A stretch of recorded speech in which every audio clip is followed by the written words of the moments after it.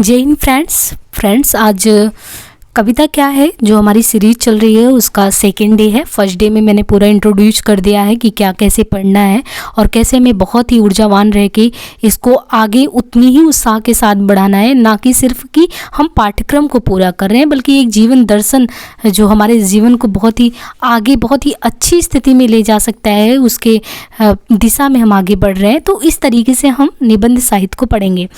यहाँ पे देखिए, मैंने कल ही बताया था कि इस चीज़ को कि कविता क्या है, तो किस प्रकार ये कविता क्या के बारे में शुक्ल जी कहते हैं कि मनुष्य बेसिकली जो होता है वो अपने भावों, विचारों और व्यापारों के लिए दूसरों के भावों, विचारों और व्यापारों के साथ कहीं मिलाता है और कहीं लड़ाता हुआ है। अंत तक वो चलता रहता है, चला ही जाता है। और लोग कहते हैं ये तो जीना है, लेकिन जिस अनंत रूपात्मक क्षेत्र में यह व्यवसाय चलता रहता है उसका नाम है जगत। यहाँ पे एक एक चीज़ों पे हमें बारीकी से ध्यान देना है, क्योंकि भाषाई संबंधी जो हमारे अंदर त्रुटियाँ रहती हैं, प्लस एक समस्या हमारे साथ ये भी रहता है कि हम आखिर भाषा पे बहुत अच्छी पकड़ कैसे करें, स्थापित करें। तो यहाँ पे आप देखिए, इस निबंध से आपको कैसे हमें अपनी भाषा को बहुत ही अच्छे लहजे में प्रस्तुत करना है वो चीज़ भी देखने को मिलता है। अगर बार बार आप इसका प्रोनाउंसिएशन करते हैं, पढ़ते रहते हैं, तो वो चीज़ें हम आत्मसात कर लेते हैं और वाकई में वो हमारे व्यक्तित्व का एक पक्ष बन जाता है, व्यक्तित्व का एक भाग बन जाता है। ऐसे में देखिए कि मनुष्य अपने भावों, विचारों और व्यापारों के लिए दूसरों के भावों, विचार और व्यापार के साथ कहीं मिलाता है, कहीं लड़ाता है, अंततः वो चला ही जाता है। और हम इसको कहते हैं यही तो जीना है। और ये जिस अनंत रूपात्मक क्षेत्र में यह व्यवसाय चलता रहता है उसका नाम है जगत। यानी ये टकराहट है, वैचारिक मतभेद हो, आपसी मेलजोल हो, अनंत रूपात्मक क्षेत्र तो अंततः ये जगत है ना, सब कुछ यहीं पे होता है। जब तक कोई अपनी पृथक सत्ता की भावना को ऊपर किए इस क्षेत्र का नाना रूपों और व्यापारों को अपने योगक्षेम, हानि लाभ, सुख दुख आदि से संबंध करके देखता रहता है। देखिए, ये हमें भी संदेश एक दिया जा रहा है कि जब तक आप इनको किन किन चीज़ों से जोड़ कर देखते हैं, क्योंकि मनुष्य की जो लालसा होती है वो उसको अलग ही रूप दे देती है। तो वही कह रहे हैं कि जब तक आप इसको हानि लाभ, सुख दुख आदि से संबंध करके देखते रहते हैं तब तक तो उसका हृदय एक प्रकार से बद्ध रहता है। यानी जब भी हम देखिए कोई भी चीज़ करते हैं ना, बहुत खुले मन से नहीं कर रहे हैं, किसी के लिए भी कर रहे हैं, स्वार्थ बस कर रहे हैं, तो आप ये मान के चलिए कि आप जब स्वार्थ बस किसी चीज़ को किसी के लिए कर रहे हैं तो शायद ही आपको वो उस तरीके से लाभ प्राप्त हो। और आप निस्वार्थ भाव से करेंगे तो हो सकता है आगे चल के उसका फल आपको बिल्कुल अलग ही मिले। तो कहने का बिल्कुल इनका तात्पर्य भी वही है कि जब तक आप कर रहे हैं उसको हानि लाभ की दृष्टि से तौल रहे हैं, सुख दुख की दृष्टि से तौल रहे हैं, तो हृदय एक प्रकार से आपका बद्ध है। और ऐसे ही हृदय जब बद्ध होता है ना, तब तो कविता का प्रस्फुटन हो ही नहीं सकता। इन रूपों और व्यापारों कि सामने जब कभी वो अपनी पृथक सत्ता की धारणा से छूट जाता है कि नहीं, मैं तो पृथक सत्ता हूँ ही नहीं, मैं अगर किसी के प्रति कुछ भी अच्छा कर रहा हूँ तो मैं बिल्कुल ये कल्पना नहीं करता कि सामने वाला भी बिल्कुल मेरे साथ वैसा ही करे, उतना ही अच्छा करे। हो सकता है उसकी स्थिति ऐसी ना हो। ऐसे में एक तरीके से आपको संदेश दे रहे हैं कि जब आप निस्वार्थ बनकर कोई काम करेंगे तो उसका आउटपुट आपको बेहतरीन ही मिलेगा, खराब नहीं मिलेगा।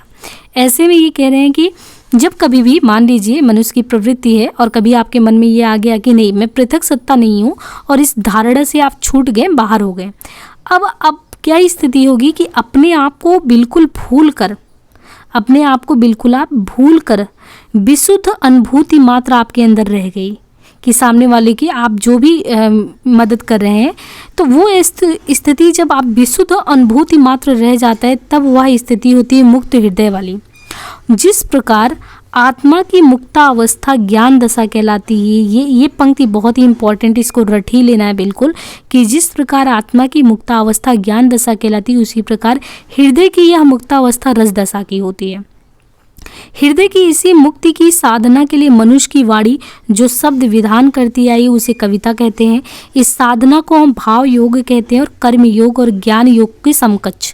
तो देखिए, इसको बहुत ही बड़ा एक तरीके से इन्होंने करके दिखाया है कि इस चीज़ को जैसे आत्मा की अनुभूति मात्र एक तरीके से मुक्त हृदय में अगर आप देखा जाए तो हम उसको क्या कहते हैं कि वो तो स्थिति रस दशा की है। तो रस दशा के अलावा जब वाणी शब्द विधान करती आई तो वो क्या हो गया, एक तरीके से कविता। इस कविता को हम भाव योग कहते हैं कि भावनाओं का ये योग है, कई भावनाएं इससे जुड़ी हुई हैं और यही अंततः कर्मयोग और ज्ञान योग के समतुल्य जाकर बनता है। यानी रस दशा कविता की वाणी ये आपके भावनाओं का एक जैसे माला का गुच्छा होता है, तो एक तरीके से गुच्छा है, और ये जो है कर्म योग और ज्ञान योग के समकक्ष माना जाता है, उससे कमतर नहीं करके देखते। तो कविता ही मनुष्य के हृदय को स्वार्थ संबंधों के, अब देखिए मनुष्य कैसे बनने के लिए वही बता रहे हैं कि मनुष्य कैसे बनता है। कविता ही है जो मनुष्य के हृदय को स्वार्थ संबंधों की संकुचित मंडल से ऊपर उठाकर लोक सामान्य भाव भूमि पर ले जाती है। हम ये कहते हैं ना कि ज़्यादातर कोई जो फिल्म होती है, कोई कविता होता है, कोई नाटक होता है, यानी जो भी दृश्य विधान वाली चीज़ें होती हैं जिनको देख के हम एक तरीके से महसूस करते हैं कि ये अपनी ही स्थिति है ना। तो इसी तरीके से मीडिया जो दिखाता है, तो ये क्या है, कह रहे कि जब भी आप सुनते हैं कि मनुष्य के हृदय को स्वार्थ संबंधों के संकुचित मंडल से उठाने का काम किसके ऊपर है, तो लोक सामान्य भाव भूमि पर ये ले जाने का काम है कविता। तो इसका मतलब एक तरीके से समझ लीजिए साहित्यकार का दायित्व तो क्या है। अब यहाँ से आपको समझ में आएगा कि जब आपसे कोई ये प्रश्न करे कि साहित्य आप क्यों पढ़ते हैं, एक साहित्यकार जो होता है, जो भी साहित्य लिखता है, तो क्या साहित्यकार के पास भी कोई दायित्व बोध होता है? तो हाँ, समाज को संस्कृति, एक जो हमारी कल्चर है, उस कल्चर से एक तरीके से परिचित कराने का काम, समाज के आईने के बन के रूप में उसके वैचारिक परिवर्तन का काम, ये सब दारोमदार एक साहित्यकार के ऊपर होता है। इसलिए समाज में साहित्यकार को एक अलग प्रतिष्ठा मिलनी चाहिए। और एक चीज़ आपने देखा होगा कि निबंध नीले को पढ़ाते दौरान हमने ये चीज़ प्रेमचंद जी के साहित्य में था कि उन्होंने ये बातें कही थी, मुझे ध्यान नहीं आ रहा है, कि कभी कभी हमारे मन में ये होता है कि साहित्यकार को आखिर प्रतिष्ठा क्यों नहीं मिलती। बहुत ही एक तरीके से उनके लिए दुखद स्थिति होती है कि वो जिस तरीके से करते हैं समाज में उनको प्रतिष्ठा नहीं मिलती। लेकिन आप उठा के देख लीजिए, हो सकता है कि समय के साथ कुछ साहित्यकारों को मान प्रतिष्ठा उस रूप में नहीं प्राप्त हुई हो, भारत की बात कर रहे हैं यहाँ पे, लेकिन जैसे जैसे लोगों ने उनको पढ़ा, जाना, फिर आप उस व्यक्ति से पूछिए कि उस साहित्यकार के प्रति उस व्यक्ति के दिलो दिमाग में क्या है। एक आप दुखे जूठन करके है, आत्मकथा ही है वाल्मीकि जी की। अगर आप जूठन को पढ़ेंगे तो आपको समझ में आएगा कि पीड़ित दलित समाज, जिनको हम निम्न तबके की समाज कहते हैं, उनके साथ वाकई में कितना अन्याय हुआ है। इसका मतलब अगर आपको साहित्य पढ़ने के बाद वैचारिक परिवर्तन हो गया तो ये किसने किया? एक साहित्यकार ने किया। तो कविता ही है, यानी कविता पे बहुत बड़ा एक तरीके से आप कह सकते हैं कि कविता का दायित्व बहुत बड़ा है, उसकी जिम्मेदारी का जो दायरा है वो बहुत बड़ा है, क्योंकि वो जो है मनुष्य के हृदय को स्वार्थ संबंध के संकुचित मंडल से ऊपर उठाकर लोक सामान्य भाव भूमि पर ले जाती है, जहाँ जगत की नाना गतियों के मार्मिक स्वरूप का साक्षात्कार और शुद्ध अनुभूतियों का संचार होता है। इस भूमि पर पहुंचे हुए मनुष्य को कुछ काल के लिए अपना पता नहीं रहता। देखिए, कभी भी साहित्यकार लिखता है तो उसकी स्थिति आप देखिए बहुत दयनीय रहती है। वो इतना समाज के बारे में सोचता है, तो कह रहे हैं कि उसकी स्थिति नाना अनुभूतियों से परिपूर्ण होती है, मार्मिक स्वरूपों का साक्षात्कार होता है। वो एक ऐसा व्यक्ति होता है जो कुछ काल के लिए वो नहीं रह जाता जो इस धरा पे सामान्य व्यक्ति रह रहे हैं, उससे उसको अलग होना पड़ता है। वो अपनी सत्ता को लोक सत्ता में, यानी वो ये नहीं महसूस करता मैं हूँ, मैं अकेला हूँ, है ना, जैसा लोग महसूस करते हैं स्वार्थ संबंधों के तहत। वो समझता है कि वो व्यष्टि नहीं है, व्यष्टि यानी अकेला नहीं, वो समष्टि है, उस समस्त संसार के एक कह सकते हैं कि वसुधैव कुटुंबकम के तौर पे एक केंद्रीय पात्र है। वो ऐसा महसूस करता है तब जाके चीज़ों को लिखता है, और उसकी अनुभूति जो होती है वो स्वयं उसकी अनुभूति नहीं होती है, वो सबकी अनुभूतियों का केंद्र बिंदु होता है। इस अनुभूति योग के अभ्यास के हमारे मनोविकार का परिष्कार तथा शेष सृष्टि के साथ हमारे जो रागात्मक संबंध की रक्षा और निर्वाह का काम जो दायित्व होता है वो किसका होता है? एक कविताकार, जो कविता लिखने वाला व्यक्ति हो। गद्य की साहित्य की विविध विधाओं में आप देखिए कि तमाम चीज़ों को लिखा जाता है। लिखने से पाठकगण के हृदय परिवर्तन का ही एक आधार होता है कि हमें आखिर अपने साहित्य से लोगों को कैसे कनेक्ट करना है, समाज में कैसे सुधार लाना है, क्योंकि कलम की ताकत बहुत ज़्यादा है। ऐसे में जिस प्रकार जगत अनेक रागात्मक या रूपात्मक स्थिति में, उसी प्रकार हमारा हृदय भी अनेक भावात्मक में है। इस अनेक भावों का व्यायाम और परिष्कार तभी समझा जा सकता है जबकि इन सब का प्रकृति सामंजस्य जगत के भिन्न भिन्न रूपों, व्यापारों या तथ्यों के साथ हो जाए। इन्हीं भावों के सूत्र से मनुष्य जाति जगत के साथ तादात्म्य है उसका अनुभव चिरकाल से करता चला आ रहा है। और जिन रूपों और व्यापारों से मनुष्य आदिम युगों से ही परिचित है, एक तरीके से जो भाव विचार हैं जिनसे वो आदिम रूप से ही परिचित है, जिन रूपों और व्यापारों को सामने पाकर वह नर जीवन के आरंभ से ही लुप्त और क्षुप्त होता आ रहा है, उनका हमारे भावों के साथ मूल या सीधा संबंध है। अतः काव्य के प्रयोजन, अब बेसिकली बताना क्या था कि काव्य का प्रयोजन, तो काव्य के प्रयोजन के लिए हमें उन्हें मूल रूप और मूल व्यापार के रूप में कह सकते हैं। इस विशाल विश्व के प्रत्यक्ष से अप्रत्यक्ष, जो दिख रहा है, जो नहीं दिख रहा है, जो कठिन है, एक तरीके से ध्रुव है, गुड़ से गूढ़ तत्व जो हमारी समझ से परे हैं, ऐसे जो भाव हैं उन भावों के विषयों या आलंबन बनाने के लिए इन्हीं मूल रूपों में और व्यापारों में प्रणीत करना होगा। जब तक वे इन मूल मानविक रूपों में इन्हें नहीं लाए जाते हैं तब उन पर काव्य दृष्टि नहीं पड़ती है। कैसे? वन, पर्वत, नदी, नाले, निर्झर, कछार, पट पर चट्टान, वृक्ष, लता, झाड़, फूस, शाखा, पशु, पक्षी, आकाश, मेघ, नक्षत्र, समुद्र इत्यादि ऐसे चिर सहचर रूप हैं। खेत, धुरी, हल, झोपड़े, चौपाई इत्यादि भी कुछ कम पुराने नहीं हैं। इसी प्रकार पानी का बहना, सूखे पत्तों का झड़ना, बिजली का चमकना, घटा का गिरना, नदी का उमड़ना, मेघ का बरसना, कोहरे का छाना, डर से भागना, लोभ से लपकना, छीनना, झपटना, नदी या दलदल से बाह पकड़कर निकलना, हाथ से खिलाना, आग में झोंकना, गला काटना, ऐसे व्यापारों का भी मनुष्य जात की भावों के साथ अत्यंत प्राचीन साहचर्य है।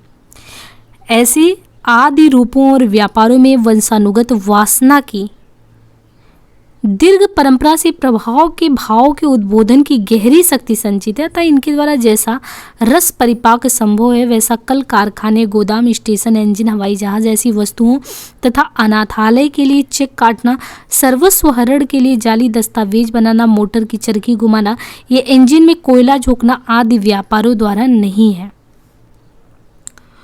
तो यही चीज़ है कि कविता की स्वरूप निर्धारण के बाद ये शुक्ल जी द्वारा ये विस्तृत चर्चा इसी पे की गई है कि एक तरीके से हमारी सभ्यता को देखिए तो सभ्यता का आवरण लोगों पे किस प्रकार है। अब आगे बढ़ते हुए ये बताते हैं कि कविता जो होता है सभ्यता के आवरण और कविता और सृष्टि, प्रसार तथा मार्मिक तथ्य मूलतः इसी उद्देश्य से लिखे गए। वे कहते हैं कि सभ्यता के प्रति के साथ साथ मनुष्य के मूल भाव भी उसके जीवन से कटते गए हैं, क्योंकि ऐसे कई बौद्धिक कार्य मनुष्य ने आरंभ कर दिए जो बहुत गहराई में तो आवेगों से जुड़े हैं, किंतु ये गहरा संबंध जो है, ये जो गहरा संबंध है वो बाहरी जीवन में दिखाई नहीं देता है। ऐसी स्थिति में कवि के लिए ये आवश्यक है कि सभ्यता के बढ़ने के साथ साथ भावों और बाहरी जीवन के बीच की जो दूरी है उसको उद्घाटित करता जाए। वे स्पष्ट ये बात कहते हैं कि प्रच्छन्नता का उद्घाटन कवि कर्म का एक मुख्य अंग है। ज्यों-ज्यों ये सभ्यता बढ़ती जाएगी त्यों-त्यों कवियों के लिए काम बढ़ता जाएगा। यानी यहाँ पे एक चीज़ देखिए कि सभ्यता के आवरण के संदर्भ में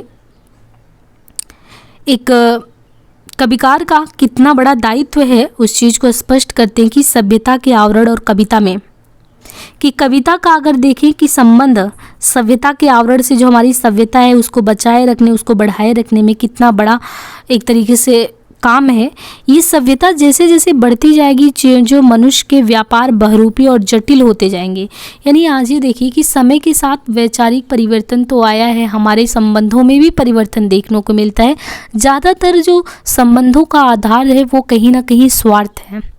निस्वार्थता जो एक तरीके से लोगों को बांधे रखती थी वो तो बहुत ही दूर की चीज़ हो गई है। तो ऐसे में जो व्यक्ति संवेदनशीलहीनता का शिकार हो गया है, जिसके संबंधों में एक तरीके से दुरूहता, जटिलता आ गई है, जीवन संतृप्ता अवस्था से परिपूर्ण हो गया है, कहीं भी मिठास नहीं है, ऐसे में फिर हमें लोगों के हृदय को संवेदनशील बनाने के लिए, उनमें वैचारिक परिवर्तन लाने के लिए आखिर कैसे, कौन सी ऐसी अस्त्र का प्रयोग करेंगे। तो वही काम करेगा कविता। यानी सभ्यता की वृद्धि के साथ साथ ज्यों ज्यों मनुष्य के व्यापार बहुरूपी और जटिल होते गए हैं, त्यों त्यों उसके मूल रूप बहुत कुछ आच्छन्न होते गए हैं। भाव के आदिम और सीधे लक्ष्यों के अतिरिक्त और लक्ष्यों की स्थापना होती गई है। यानी जो भावनाएं होती थी, उन भावनाओं को केंद्र में रखने के बजाय जब भी हम किसी से बातचीत करते, दो वक्त भी करते हैं, तो हमें कहीं ना कहीं हर वक्त अपने संबंधों में मिठास, निस्वार्थता, ये सब तो नज़र ही नहीं आता, बल्कि हर एक पल का हम स्वार्थ भावना से काउंट करते रहते हैं कि इससे हमें आगे इस प्रतिक्षण कुछ मिलने वाला है कि नहीं है। नहीं मिलने वाला है तो फिर हम उस व्यक्ति को समय नहीं दे सकते। वासनाजन्य मूल व्यापारों के सिवा बुद्धि द्वारा निश्चित व्यापारों का विधान बढ़ता गया है। इस प्रकार बहुत से ऐसे व्यापारों से मनुष्य घिरता गया है जिनके साथ उनके भावों का सीधा लगाव तक नहीं है। जैसे आदि में भय का लक्ष्य अपने शरीर और एक तरीके से अपनी संतति का ही रक्षा तक था, पर गाय बता रहे हैं कि पर पीछे गाय, बैल, अन्न आदि की रक्षा आवश्यक हुई। यहाँ तक कि होते होते धन, मान, अधिकार, प्रभुत्व इत्यादि अनेक बातों की रक्षा की चिंता ने घर किया और रक्षा के उपाय भी वासनाजनक प्रवृत्ति से भिन्न प्रकार के होने लगे। इसी प्रकार क्रोध है, घृणा है, लोभ है, अन्य भावों के विषय में भी अपने मूल रूपों से वे एक तरीके से अन्य धारणा को रखने लगे हैं। कुछ भावों के विषय तो अमूर्त तक होने लगे हैं, जैसे कि लालसा। ऐसे भावों को ही बौद्ध दर्शन में एक तरीके से अरूप राग कहते हैं। तो शुक्ल जी ये कह रहे हैं ना कि एक तरीके से देखिए कि सब कुछ बिल्कुल अलग हो गया है, सब चीज़ें जो भी देखिए लोभ के वशीभूत के रूप में, और बौद्ध दर्शन में इस चीज़ को बोला गया अरूप राग। यानी भावों के विषयों और उनके द्वारा प्रेरित व्यापारों में एक तरीके से जटिलता आने पर भी उनका संबंध मूल विषय और मूल व्यापारों से भीतर भीतर बना है और बराबर बना रहेगा। किसी का कुटिल भाई उसे संपत्ति से एकदम वंचित रखना चाहता है, उसके लिए वो वकीलों की एक झड़ी सी लगा देता है, सलाह पे सलाह, नए दस्तावेज को तैयार करना। ये तो संबंधों की खटास है कि एक व्यक्ति एक भाई से ही कुटिलता कर रहा है, संपत्ति के बंटवारे के नाम पे संवेदनहीनता का परिचायक बन रहा है। इसकी खबर पाकर वह क्रोध से नाट छूटता है। यानी एक दस्तावेज तैयार कराए, बेदखली कराए, मतलब एक तरीके से आप कह सकते हैं कि जिस तरीके से ज़मीन का विवाद होता है, जिसमें वैचारिक रिश्तों में एक तरीके से देखें तो पूरी तरीके से खटास आ जाती है, मधुरता का कोई पता नहीं होता है, स्वार्थ बस सामने वाले के साथ क्या करता है। तो उनका चिंतन इस बात पर भी है कि ये इतनी संवेदनहीनता आखिर आई कैसे, जो जीवन भर एक साथ रहा, मधुरता का एक क्षण भी उसमें देखने को बिल्कुल नहीं मिलता है कि उसका अगर हृदय संवेदनशील हो तो ज़रूर उसके अंदर परिवर्तन हो, लेकिन वो तो मधुरता है ही नहीं। इसका मतलब कि इसकी खबर पाकर वह क्रोध से नाच उठता है। प्रत्यक्ष व्यवहारिक दृष्टि से तो उसके क्रोध का विषय है वह दस्तावेज या कागज़ का टुकड़ा, पर उस कागज़ के टुकड़े के भीतर वो देखता है कि उसे और उसकी संतति को अन्य वस्त्र ना मिलेगा। उसके क्रोध का प्रकृत विषय ना तो वह कागज का टुकड़ा और न उस पर लिखे हुए काले काले अक्षर, ये तो सभ्यता के आवरण मात्र है। तो ये बता रहे हैं कि ये जो समय के साथ परिवर्तन आया है, वैचारिक परिवर्तन आया है, रिश्तों में पूरी तरह खटास आया है, लोगों को एक दूसरे से आगे निकलने की होड़ में या अपने एक तरीके से पूरे विरासत को ऐसा बना के रखने की सामने वाली पीढ़ी बिल्कुल बैठे बैठे खाए, तो एक तरीके से एक मानसिक जड़ता सी लोगों में आ गई है। और ये सब किसका एक तरीके से काम है? सभ्यता का आवरण का। क्योंकि अगर आपकी सभ्यता में ये चीज़ें नहीं होती हैं, जिस समाज में हम रहते हैं, अगर उस समाज में ही ऐसा परिवर्तन हमको देखने को नहीं मिलता, बल्कि समाज बहुत अच्छा होता, तो साहित्य भी वैसा लिखा जाता और संवेदनशीलता भी उतनी ही तेज़ी से रहती। लेकिन सभ्यता के साथ साथ जैसे बढ़ा है, स्वार्थ हमारे समाज में बढ़ा है, तो वही उसी का आवरण मात्र है ये एक तरीके से वैचारिक कुंठा और रिश्तों में एक तरीके से खटास।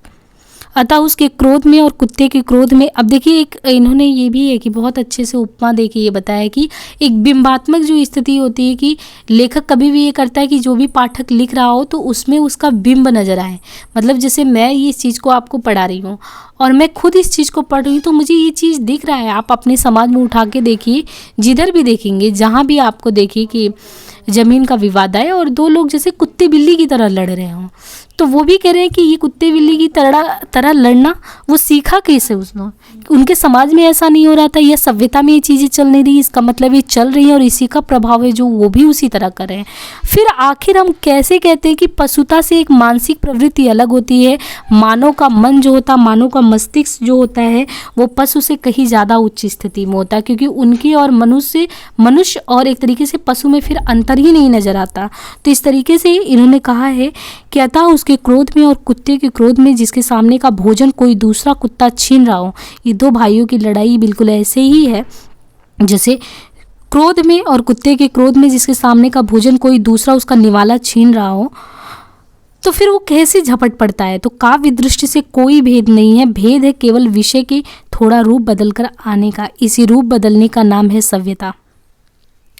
इस रूप बदलने से होता ये है कि क्रोध आदि को भी अपना रूप बदलना पड़ता है, वह भी कुछ सभ्यता के साथ अच्छे कपड़े लत्ते पहनकर समाज में आता है। तो जो चिंतन है एक तरीके से कवि का जो है चिंतन है कि समाज में ये जो कुत्ते बिल्ली जैसी लड़ाई जो हमको देखने को मिल रही है, ये जो है छीन खसोट है, जिससे भद्दे समझे जाने वाले व्यापारों का कुछ निवारण हो। ये प्रच्छन्नता जो है जो समाज में आ गई है, तो इसको एक तरीके से उन्होंने हटाने की बात की है। आगे कहते हैं कि पर ये प्रच्छन्न रूप वैसा मर्मस्पर्शी नहीं हो सकता है। इसी से प्रच्छन्नता का उद्घाटन कवि कर्म का एक मुख्य अंग है। अभी मैंने जस्ट बताया कि पहले कवि ने बताया कि समाज में रसवाद और लोक मंगलवाद, यानी एक तरीके से कविता के माध्यम से ज्ञान योग तथा कर्म योग के समान प्रतिष्ठा दिलाने की बात भाव योग की किया गया कि भावनाओं का आपका जो एक तरीके से भावनाओं का संग्रह होना चाहिए, वो बिल्कुल एक माले की गुच्छी की तरह होना चाहिए। जब हम किसी से इसी तरीके से जुड़ाव महसूस करें कि हम आपको उससे अलग माने ही नहीं, तो कवि का ये भी कर्म था, यानी व्यक्ति के अंदर कूट कूट कर संवेदनशीलता भर दी जाए। दूसरा कवि कह रहा है कि दूसरा हमारा सबसे बड़ा दायित्व ये है कि समाज में पशुता और जो मानसिक चेतन की स्थिति उसमें अलगाव होना चाहिए। जो व्यक्ति मानो ये भूल गया है कि हम क्या हैं और एक पशु क्या है, हम दोनों में अंतर क्या है, हमें वो भी स्थापित करना है। जिसको इन्होंने कहा है कि जैसे जैसे प्रच्छन्नता का उद्घाटन बढ़ता ही जाएगा, वैसे ही एक कवि का दायित्व बोध भी बढ़ता जाएगा, क्योंकि आखिर उसी की जिम्मेदारी इस समाज की सभ्यता को आगे एक ऐसी सभ्यता में ढालना जो समाज को अग्रसर करे, ना कि उसको एक निकृष्ट स्थिति में और भी दयनीय स्थिति में लेके जाए। तीसरी बात शुक्ल जी स्पष्ट करते हैं कि मूलतः अगर देखा जाए तो संपूर्ण सत्ताएं एक ही परम सत्ता और संपूर्ण भाव एक ही परम भाव के अंतर्भूत है। यहाँ पे इन्होंने पहले तो ये स्पष्ट कर दिया कि जो बढ़ती जाएगी और कवियों के लिए काम बढ़ता जाएगा, मनुष्य के हृदय की वृत्तियाँ से सीधा संबंध है। इससे स्पष्ट है कि जो हमारी वृत्तियों पर सभ्यता का नया नया आवरण चढ़ता जाएगा, तो एक और तो कविता की आवश्यकता बढ़ेगी, दूसरी ओर कवि का कर्म करना कठिन हो जाएगा। ऊपर से जिस क्रुद्ध व्यक्ति का उदाहरण दिया जाता है, वह यदि क्रोध से छुट्टी पाकर अपने भाई के मन में दया का संचार करना चाहेगा, तो क्षोभ के साथ उससे कहेगा, भाई तुम सब इसलिए ना कर रहे हो कि पक्की हवेली में बैठकर हलवा पूरी खाओ और मैं बैठा सूखे चना चबाऊं। तुम्हारे लड़के दोपहर को भी दुसाले ओढ़कर निकले और मेरे बच्चे रात को भी ठंड से कांपते रहे। यह हुआ प्राकृत रूप का प्रत्यक्षीकरण। इसमें सभ्यता के बहुत से आवरणों को हटाकर वे मूल गोचर रूप से सामने रखे गए हैं, जिनसे हमारे भावों का सीधा लगाव है और जो इस कारण भाव को उत्तेजित करने में अधिक समर्थ है। कोई बात जब इस रूप में आएगी तभी उसे काव्य के उपयुक्त रूप के रूप में देखा जाएगा। वो आपस में बैठ के ये बातचीत करेंगे कि तुमने हमें नुकसान पहुंचाने के लिए जाली दस्तावेज बनाया था। इस वाक्य में रसात्मकता नहीं है। इसी बात को ध्यान में रखकर ध्वनिकार ने कहा है कि नहीं कवेर ऋत वृत्त मात निर्वढ़ पाद्म लवाहा, यानी देश की वर्तमान दशा के वर्णन में यदि हम केवल इस प्रकार के वाक्य कहते जाए कि हम मूर्ख, बलहीन और आलसी हो गए हैं, हमारा धन विदेश चला जाता है, रुपए का 1.5 पाव घी बिकता है, स्त्री शिक्षा का हमारे यहाँ पे अभाव है, तो ये छंदोबद्ध होकर भी काव्य पद के अधिकारी नहीं होंगे। सारांश कहने का ये मतलब है कि काव्य के लिए अनेक स्थलों पर हमें भावों के विषयों के मूल और आदिम रूप तक जाना होगा, जो मूर्त और गोचर है। जब तक हमारी भावनाओं से, जैसे जब भी हम किसी भी चीज़ को किसी के समक्ष अपनी भावों का उद्गार करें, या मान लीजिए कुछ हम बताना चाह रहे हैं, और जब तक उससे हमारा एक तरीके से कनेक्शन नहीं होगा, खुद हमारे अनुभव क्षेत्र में वो नहीं होगा, तो शायद हम उसको उतने अच्छे से सामने वाले से कनेक्ट ना कर पाएँ। तो कविकार यही कह रहे हैं कि जब तक भावों से सीधा और पुराना लगाव रखने वाले मूर्त और गोचर रूप नहीं मिलेंगे तब तक काव्य का वास्तविक ढांचा नहीं खड़ा हो पाएगा।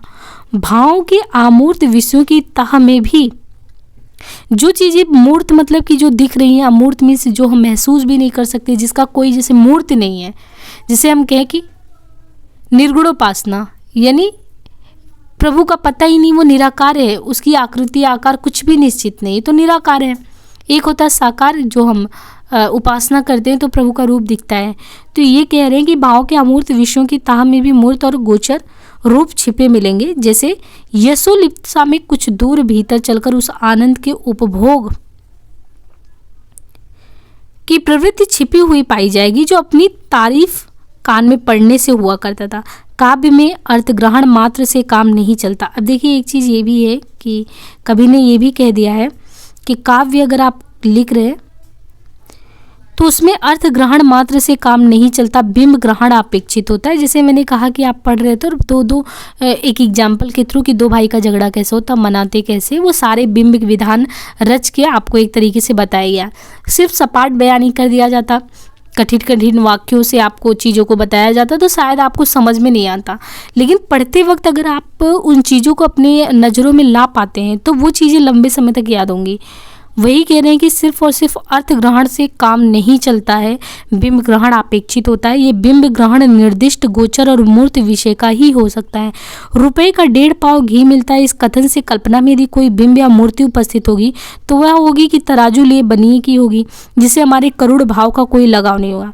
बहुत कम लोगों को घी खाने को ही मिलता है, अधिकतर लोग रूखी सूखी खाकर रहते हैं। इस तथ्य तक तो हम अर्थ ग्रहण परंपरा द्वारा इस चक्कर के साथ पहुंचते हैं। 1 रुपए का बहुत कम घी मिलता है, इससे रुपए वाले ही घी खा सकते हैं, पर रुपए वाले बहुत कम है, इससे अधिकांश जनता घी नहीं खा सकती रूखी सूखी खाकर। तो इन्होंने कहा देखिए यहाँ पे एक बिंब के माध्यम से हमने कहा तो घी का पूरा जो है वो आपके समक्ष ही जो होना चाहिए वो बिल्कुल सामने आ गया, बिंबात्मक स्थिति में आ गई। अब आगे कहते हैं कि शुक्ल जी कि संपूर्ण सत्ताएं जो कि एक परम सत्ता और संपूर्ण भाव एक ही परम भाव के अंतर्भूत है, तब बुद्धि की क्रिया से हमारा ज्ञान जिस अद्वैत भूमि पर पहुंचता है उस भूमि तक हमारा भावात्मक हृदय भी इस सत्व रस के प्रभाव से पहुंचता है। कविता चूंकि भावों को उसी बिंदु तक ले जाना चाहती, इसलिए शुक्ल जी ये मानते हैं कि अच्छी कविता वही होती है जो न केवल नर क्षेत्र के भीतर रहे बल्कि वह मनुष्य के इतर जाकर बाह्य सृष्टि और समस्त चराचर जगत तक का विस्तृत हो। तो आज एक काम करते हैं कि कविता और सृष्टि प्रसार को आगे कंटिन्यू करते हैं, आज यहीं तक करते हैं। होपफुली ये वीडियो आपके लिए काफ़ी हेल्पफुल रहे, और सबसे बड़ी बात है कि हो सकता है इसको समझने में बहुत कठिनाई हो, क्योंकि लैंग्वेज आप देखिए थोड़ा सा बिल्कुल इजी वे में नहीं है, लेकिन क्योंकि हम साहित्य के विद्यार्थी हैं और साहित्य के विद्यार्थी को थोड़ा साहित्यिक मान मर्यादाओं को ख्याल रखना चाहिए, अपनी भाषा पे भी एक अच्छी स्थिति होनी चाहिए। तो उसका संपूर्ण अगर आप देखेंगे तो यहाँ पे एक स्वरूप देखने को मिल जाएगा कि हमारी जो प्रवाहमयी भाषा जो होनी चाहिए, लेखन की शैली होनी चाहिए, क्योंकि एक विचारात्मक शैली प्रधान ये निबंध है तो ये बिल्कुल उसी अनुरूप में है। तो इसको हम बार बार पढ़ने से ये होता है कि हमारे जो विचार हैं और हमारी भाषा का जो प्रवाह है उसमें भी काफ़ी एक तरीके से शुद्धता की स्थिति आती है। ठीक है, आज के लिए इतना ही, आगे इसको कंटिन्यूअस करते रहेंगे, वीडियो चलता ही रहेगा और अपनी प्रक्रिया से ज़रूर अवगत कराएं। आज के लिए इतना ही, धन्यवाद।